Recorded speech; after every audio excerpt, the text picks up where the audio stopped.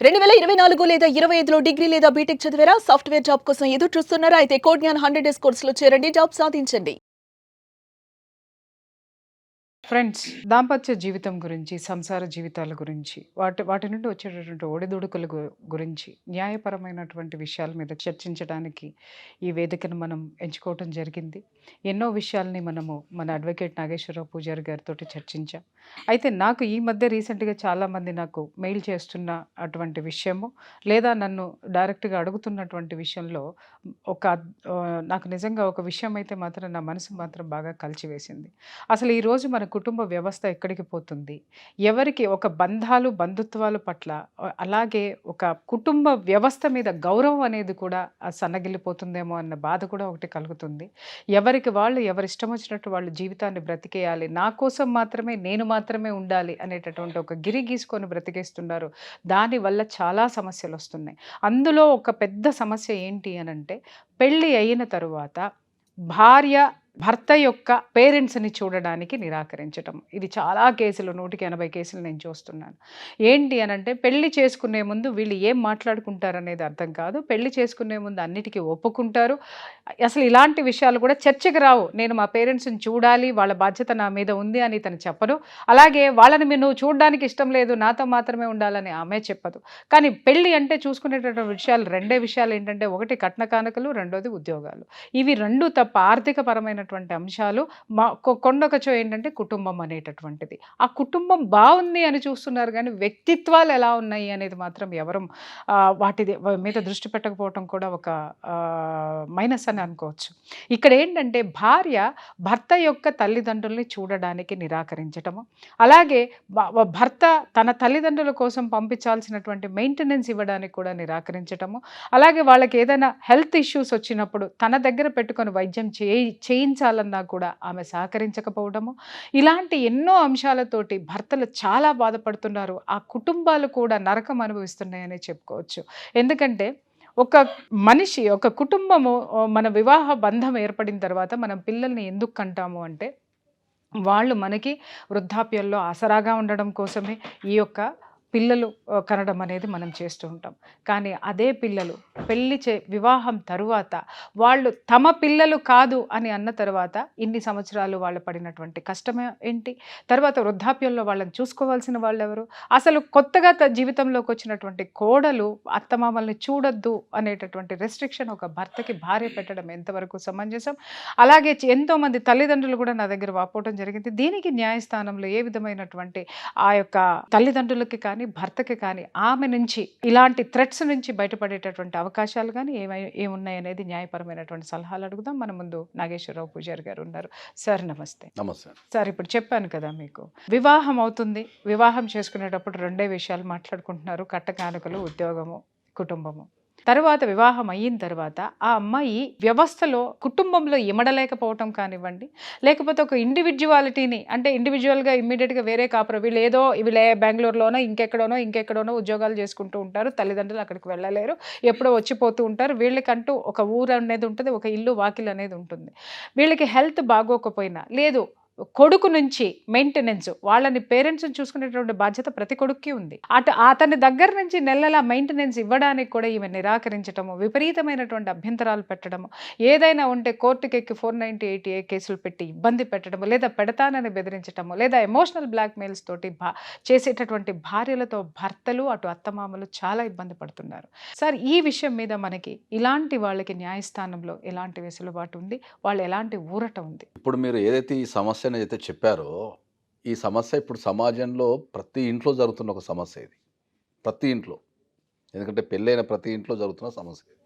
దీని గురించి మనం చర్చించడం అనేది చాలా అవసరం కూడా సమాజానికి. చాలా ఉంది సార్. ఎందుకంటే మ్యారేజ్ చేసుకున్న తర్వాత ఈ అబ్బాయి యొక్క తల్లిదండ్రుల్ని వాళ్ళకు టైం లేకనో, లేకపోతే దూరంగా ఉండడం ద్వారానో, లేకపోతే భార్య పెట్టే రెస్ట్రిక్షన్స్ అన్నట్టు. ఏం పెడతారు వీళ్ళు భార్యలు అంటే ఏంటంటే, చూసుకోవద్దు. ఓకే, కొంతమంది ఏం చెప్తారంటే, డబ్బులు పడే మొక్కన మన ఇంటికి రావద్దు. ఓకే, మనం చూసుకోవద్దు, టైం లేదని రెస్ట్రిక్షన్స్ పెట్టడం. కొంతమంది అసలు డబ్బులు కూడా ఇవ్వక వాళ్ళ సావు వాళ్ళు జావని అనడం. డబ్బులు కూడా ఇవ్వక వాళ్ళ సావు వాళ్ళు జావని అనటం. కొంతమంది ఇంట్లో ఉంటే ఎల్లగొట్టడం, లేకపోతే ఇంటికి రాకుండా చూడటం, మాట్లాడకుండా చూడటం. వీటితో పాటు వాళ్ళ అక్క చెల్లెళ్ళు ఉన్న వాళ్ళని కూడా రిస్ట్రిక్షన్ చేయటం, ఇట్లాంటివన్నీ సమాజంలో ఇప్పుడు ప్రధానంగా జరుగుతున్న ప్రతి కుటుంబాలలో. ఉమ్, సో వీళ్ళందరికీ అర్థం కాని విషయం ఏంటంటే పెళ్ళి అంటేనే ఒక సమూహం, అవును, పెళ్ళి అంటేనే ఒక జీవిత విధానం, అది పెళ్ళి అంటే ఒక జీవిత విధానం. ఓకే. బాగా చెప్పారు. ఆ, అంటే జనరల్గా అందరికీ పెళ్ళి అనేది ఒక కమర్షియల్ అయిపోయింది. కమర్షియల్ అయింది. ఓకే. ఎంత అద్భుతంగా చెప్పారు. కమర్షియల్ కాదు అది. పెళ్ళి అంటే ఒక జీవితాన్ని కొత్తగా జీవించడం, ఒక కొత్త ఇంటికి వెళ్ళి వాళ్ళకు అనుగుణంగా నీ జీవితాన్ని మార్చుకొని నువ్వు డెవలప్ అయ్యి వాళ్ళు డెవలప్ చేయడమే పెళ్ళి. అందమైన అనుభూతులతో అల్లిక. అది పెళ్ళి. సో ఇది ఇప్పుడు చెప్పేవాళ్ళు లేక, ఇది లేక చాలా ప్రాబ్లం అవుతుంది. ఇప్పుడు ఏదైతే మీరు ఈ సమస్య లేవనెత్తారో, పెళ్ళి అయిన తర్వాత అబ్బాయి తల్లిదండ్రులను పట్టించుకోవద్దు అనే సమస్యను లేవనెత్తారో, అది జనరల్గా ప్రతి వివాహ వ్యవస్థలో ఇప్పుడున్న పరిస్థితుల్లో ప్రతి వివాహంలో చోటు చేసుకున్న పరిమాణం అది. అవునండి. ఓకే. సో దానివల్ల ఏమవుతుంది అంటే ఇప్పుడు వాళ్ళు రాత్రనక పగలనక కష్టపడి పెంచి చదివించిన తర్వాత వాళ్ళ బాగు కోసం ఒక పెళ్లి చేసిన తర్వాత వాళ్ళు రిటైర్మెంట్ అవ్వాలనుకోవటము జీవితం నుంచి, లేకపోతే ఒకే పెళ్లి చేసినా కదా కొద్దిగా వాళ్ళు పిల్లలు గిల్లలు పుడితే వాళ్ళతో కలిసి ఉండాలనుకోవడము, ఇక వాళ్ళ రకరకాల వ్యాపకాలు ఉంటాయి.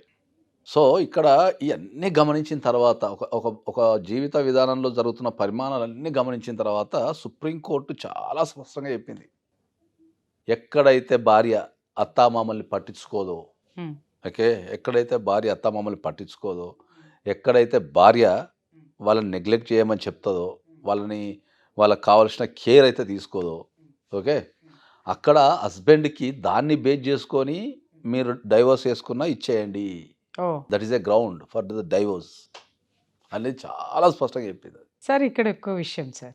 నిజంగా సుప్రీంకోర్టు మీరు చెప్పినట్టు సుప్రీంకోర్టు ఇచ్చిన తీర్పు అద్భుతమని ఓ పక్క అనుకున్నా, ఇంకొక పక్క వీళ్ళు ఆ కుటుంబంలో ఎలాగో ఏమడలేరు సార్. ఈ ఒక్క విషయంతో డివోర్స్ తీసుకొని మళ్ళీ కాపురాలు విచ్ఛిన్నం అవటమే కదా సార్. అది కూడా మళ్ళీ వ్యవస్థకి మైనసే కదా. అంటే ఈరోజు మీరన్నట్టు ఒక ఎపిసోడ్లో చెప్పారు, పెద్దరికము లేదు మధ్యరికము లేదు నవడేస్లో అని చెప్పేసి. అది నిజంగా ఆ లోటు ఇవాళ చాలా కనిపిస్తుంది సార్.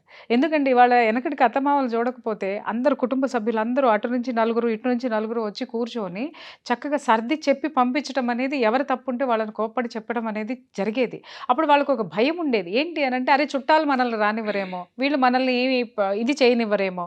ఎక్కడన్నా 100కి 1 2 కాపురాలు మాత్రమే ఎవరు చెప్పినా వినకుండా భార్య కొంగు పట్టుకుని వెళ్ళేవాడో, లేకపోతే భార్యకి భయపడి వెళ్ళిపోయేవాడో, లేకపోతే భార్యకి లొంగి ఉండేవాళ్ళు. కానీ 98 మంది మాత్రం ఖచ్చితంగా సమాజానికి, కుటుంబ వ్యవస్థకి, బంధువులకి కూడా భయపడే ఆ నిర్ణయాన్ని తీసుకొని ఆ దాంట్లో ఉండడం అనేది జరిగేది. కానీ ఇప్పుడు రాను రాను వ్యవస్థ ప్రతి ఒక్క విషయానికి మనం కోర్టుని ఆశ్రయించాలి అని అంటే నిజంగా బాధాకరం అని అనిపించడం లేదా సార్? అంటే వ్యవస్థను మనం కూలదోసుకుంటున్నామా అని ఎక్కడో నాకు అనిపిస్తుంది. వ్యవస్థలో కూలదోసుకుంటున్నాము అంటే ఏంటంటే మనది జనరల్గా ఏంటంటే మన భారతదేశం అనేది కుటుంబ వ్యవస్థకు పట్టుగొమ్మ ఫస్ట్. ఓకే. అవును. ఇంతగానం డైవర్స్ రేషియో పెరగడానికి కానీ, కోర్టులలో రద్దీ పెరగడానికి కానీ, పిటిషన్స్ పెరగడానికి కానీ ఏంటంటే ప్రపంచం పటంలో ఇట్లా మనం పెట్టుకుంటే ఒక మాటకు వాల్యూ ఇచ్చేది భారతదేశంలోనే. ఉమ్, మనకు మోరల్స్ ఎక్కువ అవును సార్. కంపారిజన్ టు ఫారిన్ కంట్రీస్లో. మనకు మోరల్స్ ఎక్కువ. అంటే మోరల్ అంటే ఇది చేసే తప్పు అనేది మనకు చిన్నప్పటి నుంచి నేర్పుతారు. అవును. విలువ, ఓకే. విలువలు నేర్పడము, మాట మీద నిలబడటము, నైతికత. ఒకరి కోసం త్యాగం చేయటం, అవును. ఇవన్నీ భారతీయుల రక్తంలో ఉన్నాయి. కాదు సార్, ఇప్పుడు ఆ మాటలు వినడం కూడా మనం ఎక్కడ వినట్లేదు. అవి భారతీయ రక్తంలో ఉన్నాయి అవి. ఓకే. ఆ రక్తంలో ఉన్నప్పుడు ఏమవుతుంది అంటే ఆ భారతీయ రక్తంలో ఉన్న దాని నుంచి మాటకు విలువ లేకుండా పోవటం, కుటుంబాలకు విలువ లేకుండా పోవటం అనేది ఒక వ్యక్తి ఇండివిజువల్గా అయిపోయింది. అంటే ఉమ్మడి కుటుంబం నుంచి మనకు సొంత కుటుంబానికి వచ్చేసి. ఎందుకని సార్ ఇట్లా విలువలు పడిపోవడానికి కారణం? మీ వ్యూ ప్రకారం చెప్పండి, మీ అనాలిసిస్. డెవలప్మెంట్. ఏం డెవలప్మెంట్ ఉంది సార్? మనం ఏదైతే మనకి పీఠం ఉందో కుటుంబ వ్యవస్థ. మేడం ఒకటి, మనం జీవితంలో అన్ని చూసినాం కాబట్టి మనకి ఏది అనిపించదు. ఓకే. జీవితంలో అన్ని చూసేసినాం కాబట్టి మనకు డెవలప్మెంట్ ఏముంటుంది. ఇప్పుడు ఒక ఫ్యాక్టరీ ఎందుకు పెట్టాలా? ఇప్పుడు మనం వాస్తవం మాట్లాడితే మా చిన్నప్పుడు ఏంది, మనం డైరెక్ట్ ఈ హార్లిక్స్లు లేకపోతే బిస్కెట్లు ఏం లేవు, ఇంట్లో తీసుకున్న అప్పాలు తింటుండే. కరెక్ట్. ఇప్పుడు హార్లిక్స్ ఏ నుంచి వస్తుంది? బియ్యం పొట్టు మీద నుంచో, అవును, లేకపోతే వాటి గోధుమల నుంచి పొట్టు నుంచో బయట పొట్టు తీసి హార్లిక్స్ వేసి మనకు పనికిరాని చెత్త మనకి ఇస్తున్నారు. అవును. మళ్ళీ మనం ఏం చేస్తున్నాం, మళ్ళీ హార్లిక్స్ వేసేసి ఎస్, పొట్టు తీయని బియ్యం తినడానికి ఇష్టపడడం లేదు. ఇష్టపడట్లేదు. పాలిష్డ్ బియ్యం తింటున్నాం, ఆ పొట్టును కొనుక్కొచ్చుకుంటున్నాం, అదే మళ్ళీ కదా, దాన్ని పాలల్లో కలుపుకుంటాం, అదే వాడిని కదా. పోషిస్తున్నాము. అదే అంటున్నా, ఇప్పుడు మనిషి ఏమైందంటే మనిషికి అలవాటు పడటం కంటే మిషన్కి అలవాటు పడ్డాడు. బా, ఎంత వాల్యుబుల్ వర్డ్ అండి అది ఇది. ప్రాబ్లం. మనిషికి అలవాటు పడటం కంటే మెషిన్ కి అలవాటు మిషన్కి అలవాటు పడ్డాడు. పడ్డాడు. ఎగ్జాక్ట్లీ. సో ప్రతిదీ ఇతను కూడా మిషన్లోనే. యాంత్రికంగా తయారైపోయాడు. యంత్రాన్ని మిషన్లోనే చూసుకుంటున్నాడు. యంత్రాన్ని ఆశ్రయించి మిషన్లోనే యాంత్రికంగా మారాడు. లైఫ్ అంతా మిషన్లోనే అయిపోయింది. మీరు ఏ రకంగా చూసినా కూడా లైఫ్ మార్నింగ్ నుంచి ఈవినింగ్ దాకా మిషన్లోనే అయిపోయింది. Really sir. ఒకప్పుడు మనం ఫుడ్ తినాలంటే కనీసం అట్లీస్ట్ నడుచుకుంటా పోయి, ఎక్కడన్నా ఆఫీస్లో ఉన్నామో లేకపోతే ఎక్కడన్నా ప్రయాణం చేసేటప్పుడు మనం నడుచుకుంటా పోయి ఇక్కడ హోటల్ చూసుకొని కూర్చొని తింటుండే. నలుగురు గోడల మధ్యలో నలుగురితో మాట్లాడి నలుగురిని చూసుకుంటా తింటుంటే ఒక కళ్ళకు వింపుంటు ఉండే. ఇప్పుడు నువ్వు ప్రపంచంలో ఏడ కూర్చున్నా బటన్ నొక్కితే నీ దగ్గరగా నువ్వే వస్తుంది. తింటుంటుంది. ఇంకొక విషయం నువ్వు సార్, మనిషిని ఏడ చూస్తున్నావు, వాకింగ్ ఏడ చేస్తున్నావు, ఒక మనిషితో నువ్వు ఏడ పరిచయం చేసుకుంటున్నావు, ఇంటరాక్ట్ అవుతున్నావు. Yes. నీకు ఆకలైంది, మిషన్ తీసుకోవాలా, కొట్టాలా, వాడు వస్తాడు, తినాలా, వాడేయాలా, కథం అయిపోయి ఇంకేముంది. ఎప్పుడైతే ఒక మనిషితోని ఇంటరాక్షన్ తెగిపోతుందో అప్పుడు ప్రాబ్లం స్టార్ట్ అయిపోతుంది. నిజంగా చాలా విచారించదగ్గ విషయం సార్. సింపుల్. అది సార్, మార్పు రాదంటారా? రాదు. ఇక జీవిత విధానం మారిపోయింది. కానీ మీరు అలా అంటే నాకు ఎక్కడో టక్కుమని ఇలా కొట్టుకుంటుంది సార్. ఇంకా కొట్టుకునేదే ఉంటుంది. నిజంగా బాధగా ఉంది. కాదు సార్, ఎన్నో విప్లవాలు మనిషిలో చూసాం మనం. మార్పు అనేది రాదు. ఇంకా అది ఇప్పుడు అంతా కమర్షియలైజే మాట్లాడాలి మనం. ఇప్పుడు అవసరమే, ప్రేమలు లేవు, అవసరం మాత్రమే ఉంది, అంతే. అవసరమే. కానీ ఇది చివరికి ఎటు లీడ్ చేస్తుంది? అటవిక సంస్కృతికి మనం వెళ్ళిపోతున్నామని అనిపించడం లేదా? ఆల్రెడీ ఉన్నాము, అదే అనిపిస్తుంది. అటువైపు వచ్చేసి ఆ ఆకలినప్పుడు సమాజంలోనే తినడం, ఉన్నాం. కావాల్సినప్పుడు ముద్దు పెట్టుకోవడం. Yes yes. అంతే. ఒక మనిషిని నువ్వు ఎప్పుడు కూడా ఇప్పుడున్న సమాజంలో ప్రేమగా దగ్గర తీసుకోలేవు. కాదు సార్, మనము ఆ సంస్కృతి నుంచి ఆ దీని నుంచి ఒక బంధం అని కానీ ఒక కుటుంబ వ్యవస్థను ఏర్పరచుకుని మళ్ళీ తిరిగి మనం అటే పురోగమిస్తున్నాం. ఏంటి సార్, తిరోగమిస్తున్నాం, పురోగమించట్లా. అక్కడి నుంచి పురోగమించి మళ్ళీ పురోగమనం నుంచి తిరోగమనం వైపు వెళ్తున్నామంటే నిజంగా చాలా బాధాకరమైన కదా. విషయం. ఏడొచ్చినా ఆడికి వెళ్ళిపోతాం మళ్ళీ. వాల్యుబుల్ వర్డ్స్ అండి నిజంగా. పోయకుండా తిరుగుతుంటది, ఏడొచ్చి ఆడికి వెళ్ళిపోతుంది, అది లైఫ్. మళ్ళీ అటవీ జీతానికి వెళ్ళిపోతుంది మళ్ళీ అంతే. వావి లేదు, వర్షాలు లేవు. అసలు అవి చెప్పకండి, కడుపులో ఎక్కడో తిప్పుతా ఉంటది నాకు. ఎవరికి కూడా ఒక ధైర్యం ఇవ్వగలిగే గురించి. శక్తి లేదు, ఒక వ్యక్తిని కాపాడుకునే గుణం లేదు. ఏమైనా నీకెంత నాకెంత, నువ్వేమి నీచాతి నీచమైనటువంటి సంస్కృతి, నీచాతిని. అంటే సార్ ఒకటి చెప్తున్నాను, ఈ నోటికి నా పైసలేంది, నువ్వెంత పెట్టినావు, నేనెంత. నీ పైసలు నా పైసలు అని కూడా ఇప్పుడు ఎవరు మాట్లాడట్లేదు సార్. అన్ని నా పైసలే, అంతా నాదే, అంతా నేనే అని మాట్లాడేటటువంటి స్థితికి దిగజారిపోయాడు ఈ రోజు మనిషి. మానవత్వం అనేది మోరల్ నుంచి చట్టానికి వచ్చేసినాం మనం. ఏమైనా రూల్సే మాట్లాడుతున్నారు అందరూ. ఎస్. అంటే ఇప్పుడు ఇంకా నాకు సంబంధించి ఇప్పుడు మీరు మాట్లాడే దాన్ని బట్టి ఇంకా సుప్రీంకోర్టు మనకు బోల్డని చట్టాలు చేయాల్సి రావాల్సి వస్తుందేమో అనిపిస్తుంది. జీవిత విధానం ఎందుకనంటే తల్లి కూతుర్ని తిట్టొచ్చా లేదా, లేకపోతే కొడుకు తండ్రిని చూడొచ్చా లేదా, లేకపోతే తండ్రి కొడుకుని పెంచొచ్చా లేదా. ఇప్పుడు సుప్రీంకోర్టు ఒక జడ్జిమెంట్ ఇచ్చింది, పెళ్ళైన అమ్మాయి అయినా పెళ్ళైన అబ్బాయి అయినా ఎవరితోనైనా మన ఇష్టపూర్వకంగా తిరగచ్చు అన్నది. అవును. అవి ఎన్ని సంసారాల్లో చిచ్చులు పెట్టట్లేదా సార్? సంసారంలో చిచ్చులు పెట్టడం అంటే అదే చెప్పినా కదా, దీంట్లో మోరల్ వేరు, చట్టం వేరు.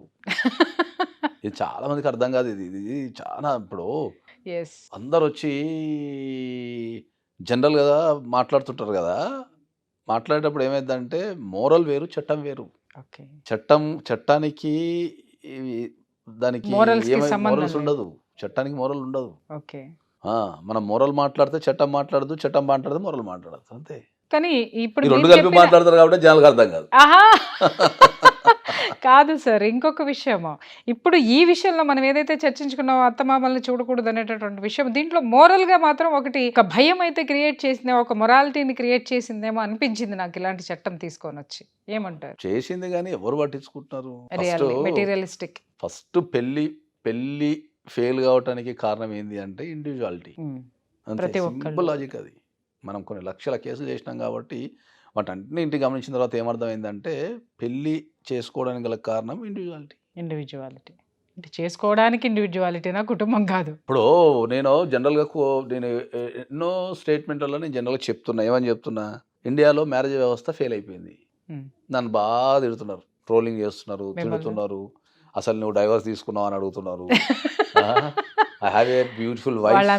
I have a beautiful wife and 2 children. I'm staying with them.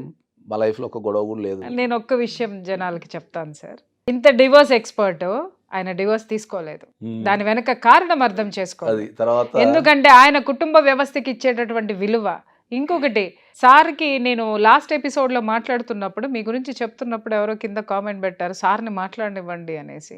సార్ని మాట్లాడించడానికి నేను ఇక్కడ కూర్చోబెట్టానమ్మా. కాకపోతే ఏంటంటే నేను కొంత విశ్లేషించాల్సినటువంటి అవసరం ఉంది. I'm not an anchor. నేను ఇక్కడ కూర్చొని ప్రశ్నలు అడిగే ఉద్యోగంలో నేను కూర్చోలేదు. విషయాన్ని చర్చించడానికి ఇక్కడ కూర్చున్నాను సార్ తోటి. అదొకటి గుర్తుపెట్టుకోవాలి. రెండోది ఏంటంటే, సారు ఫ్యామిలీ కౌన్సిలింగ్ ఇవ్వడం మీరు ఎప్పుడైనా చూసారా? ఎన్ని వందలు ఆయన దగ్గరికి వచ్చేటటువంటి రోజుకి కనీసం ఒక 50 అన్నా వస్తాయా సార్ డివోర్స్ కేసులు? వస్తే ఆయన టేకప్ చేసేది దాంట్లో మొత్తం 50 కేసెస్లో కూడా 48కి కౌన్సిలింగ్ ఇవ్వడానికి ఆయన ట్రై చేస్తారు. ఎప్పుడు కూడా ఇక నాకు విడాకులే కావాలి, అవతల వాళ్ళ నుంచి ఏమీ లేదన్నప్పుడు డైరెక్ట్గా డివోర్స్కి వెళ్ళి కోర్టులకు వెళ్తాయేమో, కానీ 48 కేసులు కూడా ఇరువురిని కూర్చోపెట్టి కౌన్సిలింగ్ ఎలా ఇస్తాడు అని అంటే, భర్తకి భార్య కాళ్ళు పట్టుకోమంటాడు, భార్యని భర్తకి లొంగి ఉండమనే చెప్తాడు ఆయన. రెండు చెప్తాడు, ఎదురుకుండా కూర్చోబెట్టే చెప్తాడు, ఇద్దరిని తిట్టి మరీ చెప్తాడు ఆయన, లేకపోతే బ్రతమిలాడి చెప్తాడు, లేకపోతే ఏమైంది, మీకెందుకు ఇంత అహం అనేసి అని కూడా వాళ్ళ అహాల్ని కూడా ఆయన ఉద్దేశించి మాట్లాడతారు. కింద ట్రోలింగ్ చేయడం అనేది సరే, అది మీ యొక్క విఘ్నత, కానీ ఒక మనిషిని విమర్శించేటప్పుడు ఆ స్థాయి ఏంటి, వాళ్ళ గురించి మనకు పూర్తిగా తెలుసా లేదా అనేటటువంటి విషయాన్ని తెలుసుకుని మీరు మాట్లాడండి. ఇక్కడ నేను కూడా సార్ని కూర్చోబెట్టి పదే డివోర్స్ కేసుల గురించి నేనెందుకు చూస్తున్నానంటే, ఒక ఫ్యామిలీ కౌన్సిలర్గా నాకు తెలుసు, మేము ఎంత చెప్పినా ఎవ్వరూ వినట్లేదు. కొన్ని కాపురాలు అయితే ఎంత కలుపుదామన్నా కూడా వాళ్ళు కలిసే పొజిషన్లో లేరు. కొంతమంది ఎంత కలిసిపోదామో మాకు దారి చూపించండి అంటే కూడా వాళ్ళకి దారులు దొరకడం లేదు. అంత భయంకరంగా వివాహ వ్యవస్థ నాశనం అయ్యింది. అదే డివోర్స్ అనేటటువంటి టాపిక్ ఇక్కడ ఎందుకు ఉంది అని అంటే, ఆరోగ్యకరంగా విడిపోండి లేదా ఆరోగ్యకరంగా కలిసి ఉండండి, కలిసి ఉంటే ఆరోగ్యకరమైనటువంటి వాతావరణాన్ని ఏర్పాటు చేసుకోండి అని చెప్పడమే ఈ వేదిక ఉద్దేశం. Anyhow, thank you so much sir, మంచి విషయాలను చెప్పారు.